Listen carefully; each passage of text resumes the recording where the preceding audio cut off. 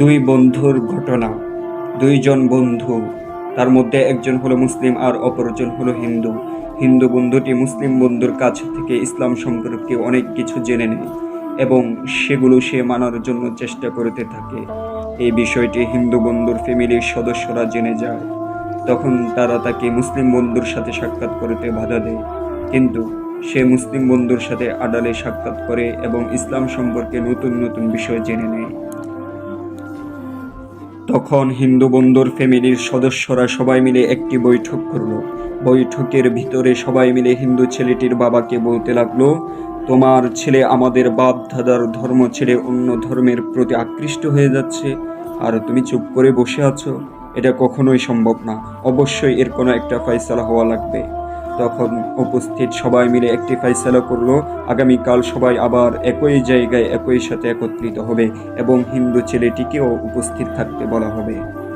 পরের দিন হিন্দু ছেলেটির বাড়ির লোকেরা সবাই একসাথে গোল হয়ে বসে থাকে। ছেলেটি যখন স্কুল থেকে বাড়িতে আসে তখন সবাই মিলে বলতে থাকে, আসো আসো, আমরা সবাই তোমার জন্য অপেক্ষা করতেছি। এখানে একটা পাত্র রাখা আছে, সেটা থেকে মিষ্টি বের করে আমাদের সবাইকে তুমি একটি একটি দাও। তখন ছেলেটি কিছু না বলে সে পাত্র থেকে একটি একটি করে সবাইকে মিষ্টি দিতে লাগলো। তখন সবাই অবাক হয়ে ছেলেটির দিকে তাকিয়ে থাকলো আর পরস্পর বলতে লাগলো, এটা কি করে সম্ভব। এর ভিতরেই একজন ছেলেটিকে বলে ফেললো, বাবা তুমি যে পাত্রে হাত দিয়েছ তোমার ভয় লাগেনি? ছেলেটি বলল, কেন ভয় লাগবে, কি হয়েছে? তখন লোকটি বলল, বাবা এই পাত্রে একটা বড় অজগর সাপ রাখা ছিল। আমরা সবাই মিলে পরামর্শ করেছি, তুমি যেহেতু আমাদের ধর্ম ছেড়ে অন্য ধর্মের প্রতি আকৃষ্ট হয়ে যাচ্ছ, তাই তোমাকে মেরে ফেলতে হবে। তখন হিন্দু ছেলেটি বলল, আপনারা সকলে এই পরামর্শ করে বসে আছেন, অথচ আমি বুঝতে পারিনি। উপস্থিত লোকদের মধ্য থেকে আরেকটি লোক বলতে লাগলো, বাবা তুমি যখন পাত্রে হাত দিচ্ছিলে তখন আমি দেখলাম কিছু একটা বলতেছিলে, সেটি কি?